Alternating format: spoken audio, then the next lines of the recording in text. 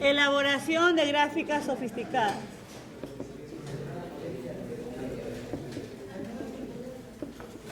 Que parece que hace mucho que no nos vemos.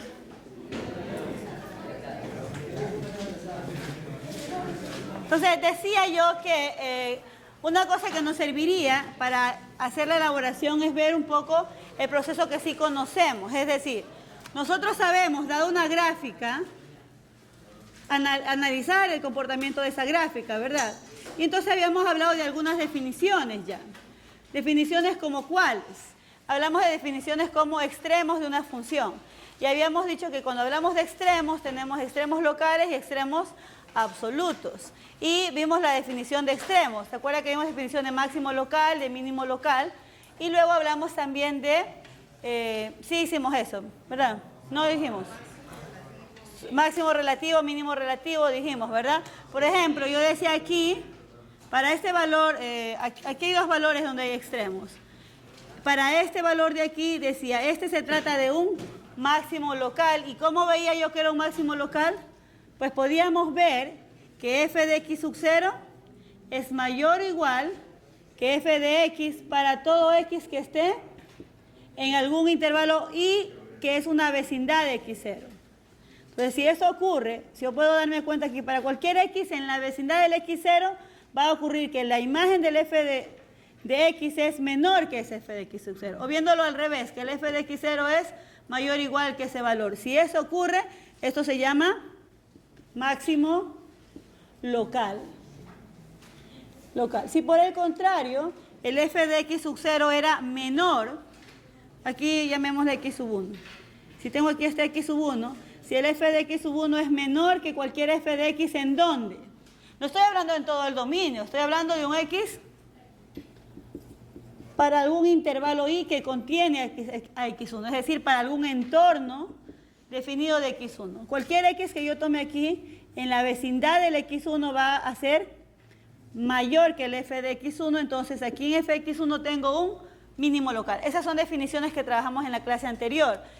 También hablamos de la monotonía de la función. Cuando hablábamos de esto decíamos que la función puede ser creciente o decreciente, pero lo que nos interesaba ver ahora era cuál era la relación entre la monotonía y la derivada, porque lo que habíamos, lo nuevo en este curso es la parte de la derivada. ¿Y qué dijimos allí? Dijimos que la función era creciente. ¿Qué relación tenía con la derivada? Que la derivada era positiva.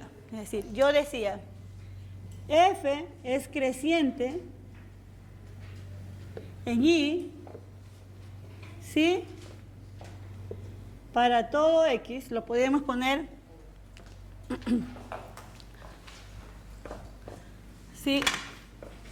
Para todo x que pertenece a y, f' de x es mayor que 0.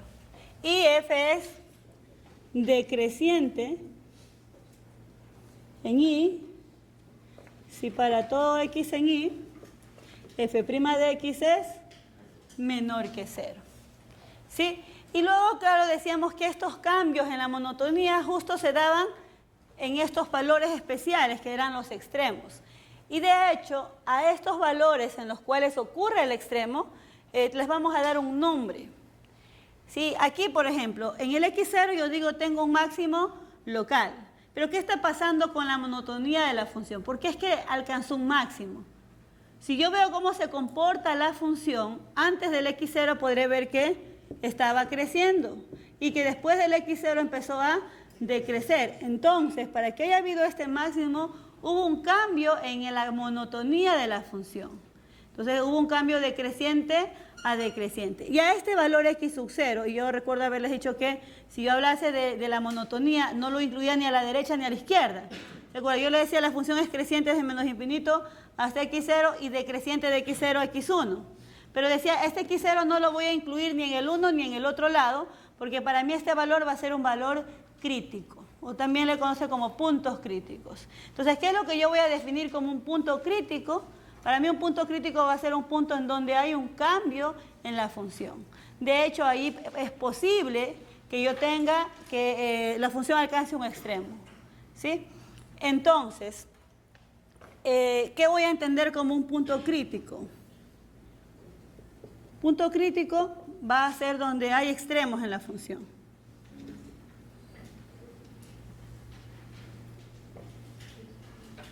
Alcanza un extremo. Ojo, no es un punto de la función. No es un punto de la función, sino un punto en X, el valor en X en el cual la función alcanza el extremo.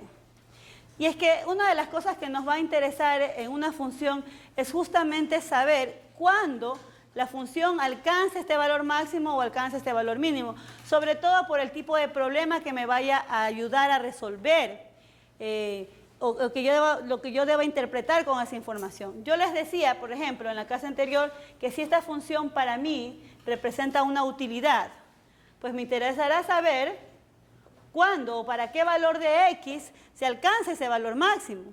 ¿Por qué? Porque generalmente una función de utilidad depende de las unidades que yo voy a producir. Y obviamente me interesará averiguar qué cantidad debo producir para que la utilidad sea la máxima posible. Entonces hay ciertos problemas en que yo voy a tratar de averiguar eso. Claro, no siempre me voy a referir al gráfico, tendré algunas otras condiciones para hallarlas. Y entonces hablábamos de las condiciones de extremos, de existencia de extremos de una función. Y entonces, ¿qué dijimos allí? Dijimos que había un teorema, que era el teorema de la existencia del extremo. Y que yo podía garantizar que una función iba a tener un extremo únicamente ¿cuándo? Cuando era continua y estaba definida en un intervalo cerrado. Ahora, si trabajamos con esa condición, pues entonces, ¿qué relación tiene esto con el punto crítico? O sea, el teorema de existencia me va a asegurar que si la función es continua y está definida en un intervalo cerrado, pues va a haber un punto crítico. La pregunta es, ¿y cómo ubico este punto crítico? Entonces, vamos a decir lo siguiente. Si f tiene un extremo en x0, entre paréntesis, ¿qué voy a poner? Es decir, así, si x0 es un punto crítico, ¿verdad? Porque así le habíamos llamado a estos puntos. ¿Qué debería pasar? ¿Cuándo es que tiene un extremo? En el caso de funciones monótonas, es decir, estrictamente crecientes o estrictamente decrecientes, yo sé que no hay cambio en la monotonía. La única forma de que esa función tenga extremos es que yo la defina a un intervalo cerrado. Eso lo dijimos en la clase anterior. Entonces, ¿dónde se van a dar esos extremos? Pues si es monótona, creciente, por ejemplo, necesariamente el mínimo estará al inicio y el máximo estará al final. Pero también puedo tener alguna función como esta, que a pesar de que yo tenga algo así, de que tenga un cambio en la monotonía, es decir, que no es estrictamente creciente o decreciente, aún puede ser que el extremo o el máximo allí se dé en un valor extremo del intervalo en el que yo haya definido la función. Entonces, si yo quiero ubicar estos extremos, una primera ubicación posible de estos puntos críticos sería justo en estos valores que se los conocen como los valores frontera del intervalo. Entonces, ¿cómo lo vamos a hacer aquí? Lo vamos a hacer con una condición, pues, ¿no? Vamos a decir que f está definida en el intervalo a, b. ¿Con eso qué estoy asegurando?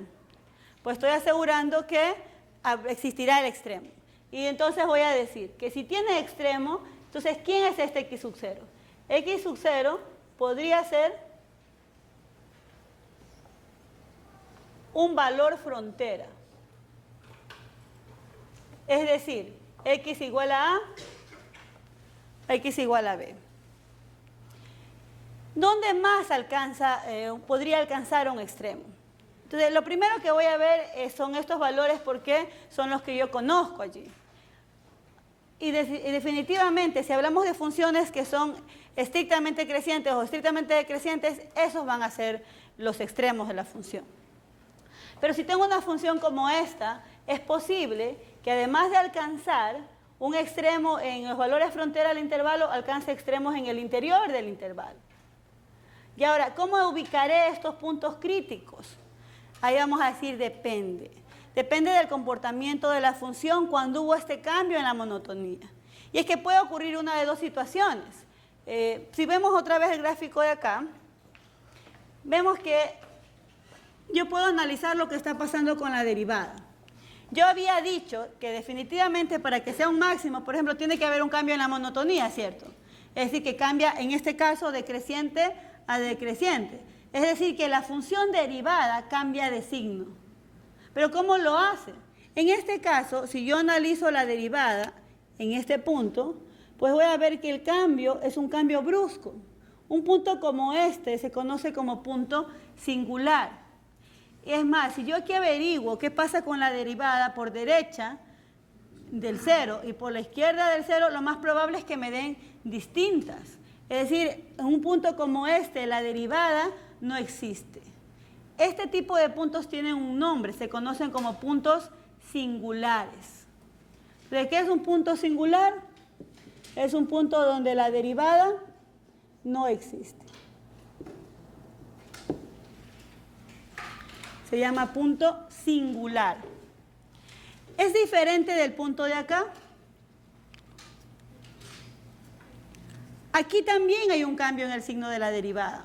Está cambiando de negativa a positiva, porque cambia de decreciente a creciente. Sin embargo, ¿qué pasa con el cambio aquí? Si yo veo este cambio, antes de pasarse de negativo a positivo, primero se hizo un 0. ¿Sí? Un punto como este, que es un punto donde la derivada se hace 0, se conoce como un punto estacionario.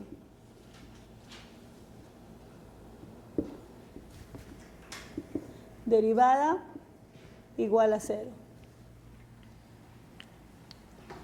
¿Sí? Un ejemplo tal vez un poco más claro de lo que era un punto singular, y es el ejemplo típico aquí, es el comportamiento en el valor absoluto. Yo puedo ver que la función valor absoluto tiene un mínimo en este 0. Lo estoy viendo. Si yo me preguntan cuál es el valor mínimo que toma la función, usted dice 0. Y lo veo en la gráfica, porque conozco esta gráfica. Pero si le pregunto por la derivada en ese punto, ¿qué decíamos allí? No existe. Porque por derecha me daba 1 y por izquierda me daba menos 1. Entonces, no hay tal cosa como lo que ocurre en el punto estacionario. El cambio es brusco. Un punto como este se conoce como un punto singular. ¿Qué pasa con la derivada en ese punto? No existe. ¿Sí? Entonces, para completar esto del teorema del punto crítico, si f tiene un extremo en x sub 0, x sub 0 podría ser un valor frontera. ¿Qué más podría ser? X sub 0 podría ser un punto singular, o más bien es, ¿no? Debemos afirmarlo. Es decir, f' no existe. O podría pasar, ¿qué cosa? Que x sub 0 sea un punto estacionario. Dígame. ¿Qué diferencia hay entre punto singular y punto crítico? Es la forma de la curva. En un punto estacionario se dice que la curva es suave. Crítico y singular. No, todos son críticos. O sea, si yo tengo, si f tiene un extremo x sub 0 es un punto crítico. Pero este punto crítico podría ser un valor frontera, podría ser un singular o podría ser un estacionario. Ahora, pero, bueno, no era la pregunta, pero una diferencia muy importante entre un singular y un estacionario es la forma de la curva. Yo antes ya le había mencionado esto de las curvas suaves, ¿verdad? Sí, es que las curvas suaves luego vamos a ver que son curvas diferenciables. Que en el caso de una variable diferenciable es lo mismo que derivable, pero en los casos ya de funciones con varias variables son conceptos un poco diferentes, porque tienen que ver con la relación que existe entre la curva y la recta tangente en el punto. Sí, eso lo vamos a ver más adelante y va a ser bastante interesante los problemas que vamos a hacer allí. Y es que todos los problemas que se hacen de aproximación, que se resuelven usando diferenciales, tienen que ver con ese comportamiento de la función. Y tienen que ver con la condición de diferenciabilidad. ¿Sí? Y ahí sí nos va a interesar mucho la interpretación geométrica de la curva. Si la curva es una función diferenciable, yo puedo garantizar, para cualquier valor de x, puedo garantizar que no van a haber esas esquinas, que yo voy a tener una curva totalmente suave y que la recta tangente siempre va a existir para cualquier punto que yo escoja de esa curva. ¿sí? Bueno, entonces todo esto nos va a servir luego para construir la gráfica. Y es que, como les decía, si tengo la gráfica puedo hacer ese análisis, pero luego vamos a hacer el proceso contrario. Es decir, a partir del análisis vamos a construir la gráfica. Entonces tenemos los extremos, tenemos la monotonía y nos falta un concepto más, que es el concepto de concavidad. ¿Sí? Vamos a revisar. Ahora bien, lo de la concavidad lo vamos a usar para elaboración de gráficas. Sin embargo, hasta allí ya podríamos atacar cierto tipo de problemas, que es el problema de determinar máximos y mínimos. Pero bueno, vamos a ver primero el criterio de concavidad para tener esto completo. Concavidad, vamos a ver. ¿Usted alguna vez vio esa definición? Definición de concavidad. ¿Qué significa cóncavo? Bueno, aquí hay unas diferencias en los enfoques, ¿verdad? Si seguimos la que hemos estado viendo tradicionalmente, hablamos de concavidad hacia arriba y concavidad hacia abajo. Eso tiene que ver con la orientación de la curva. Y es que yo puedo tener una curva así o puedo tener una curva así. ¿Sí? Entonces a esta se le suele decir que es una curva cóncava hacia arriba y esta es una curva cóncava hacia abajo. Esa información muchas veces me va a servir de forma complementaria. Por decir, ¿qué tal si a usted le dicen que tiene un extremo o que haya un punto crítico? ¿Cómo saber si ese punto crítico es un máximo o es un mínimo? Pues depende. Supongamos que este punto crítico no era cualquiera de esos, sino que era un estacionario. Si sabemos que es un punto estacionario, sabremos que son estos puntos donde la curva tiene un cambio, pero es suave. ¿Qué podía haber pasado? Podía haber pasado que allí tenga un mínimo, que sería esto, o podía haber pasado que tenga un máximo, que sería esto. Entonces, yo puedo usar la información de concavidad, por un lado para construir la gráfica, pero por otro lado también para discriminar. Si yo tengo un punto crítico, discriminar y decir, ¿este punto crítico es un mínimo o se trata de un máximo? ¿Cómo lo puedo hacer? Pues puedo hacerlo usando esta característica de concavidad. Entonces, ¿cómo averiguo la concavidad y qué relación tiene con la derivada? Siempre podré averiguar qué pasa con la derivada. Bueno, esta curva puede ser cualquier parte de la curva, ¿no? No he graficado una función en particular, sino una forma de la curva. Si yo analizo esta forma de aquí, que es una cóncava hacia arriba, ¿cómo se comporta la derivada? Veamos. Sabemos que cambia, sí, pero ¿cómo está cambiando?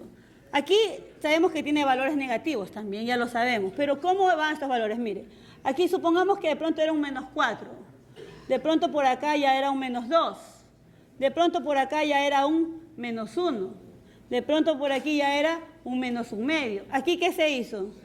Se hizo 0. ¿Acá qué se hizo? Pues tal vez 1/2, tal vez un 1, un 2, un 4. Si ve lo que está pasando, no estoy analizando a f. De f ya sé que crece y luego, que decrece y luego crece. Estoy analizando a f'. ¿Qué está pasando con f'? F' crece. ¿Sí ve? Era menos 4, menos 2, menos 1/2, 0, 1/2. F' crece. Y si esta función f' crece, ¿qué pasa con la derivada de esta función? Acuérdense que la derivada de una función es otra función, ¿cierto?